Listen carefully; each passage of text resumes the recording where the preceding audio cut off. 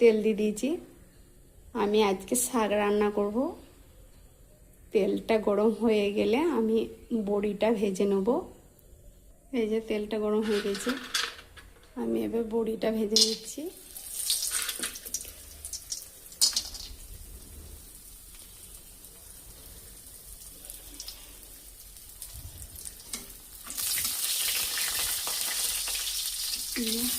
বড়িটা ভাজা হয়ে গেছে, তুলে নিচ্ছি।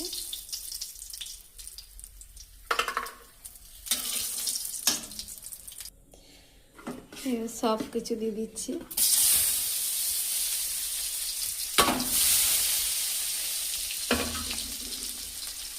এবার পেঁয়াজটা একটু নাড়াচাড়া করে নেবো, তখন শাকটা আমি দিয়ে দেবো। লঙ্কা আছে, রসুন আছে, পেঁয়াজ আছে, সব কিছু একসঙ্গে দিয়ে ভেজে নিচ্ছি। এই যে ভাজা হয়ে গিয়েছে, এবার শাকটাও দিচ্ছি।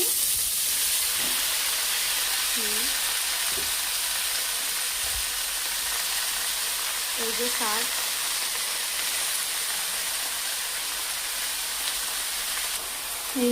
পরিমাণ মতো নুন দিয়ে দিচ্ছি, একটু হলুদ দিচ্ছি, কিন্তু শুকনো হলুদও, গুঁড়ো হলুদ একটু দিচ্ছি। শুকনো হলুদ দিয়েছি, আবার গুঁড়ো হলুদও দিচ্ছি, তাহলে শাকটা একটু ভালোভাবে টেস্ট হবে। এই জন্য এটা দিচ্ছি।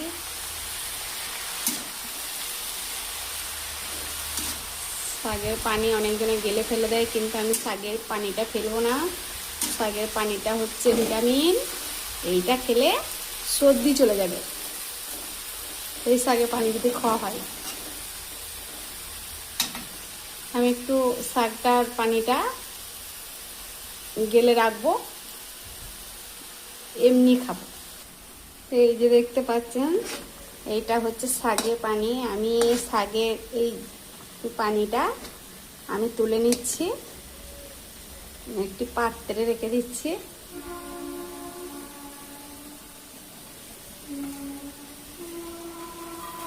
বড়িটাও দিয়ে দিলাম শাকের।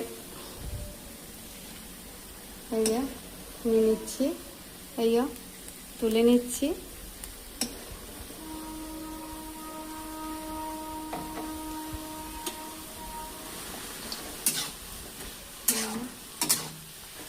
মনে হচ্ছে এই আর শাকে জল নাই।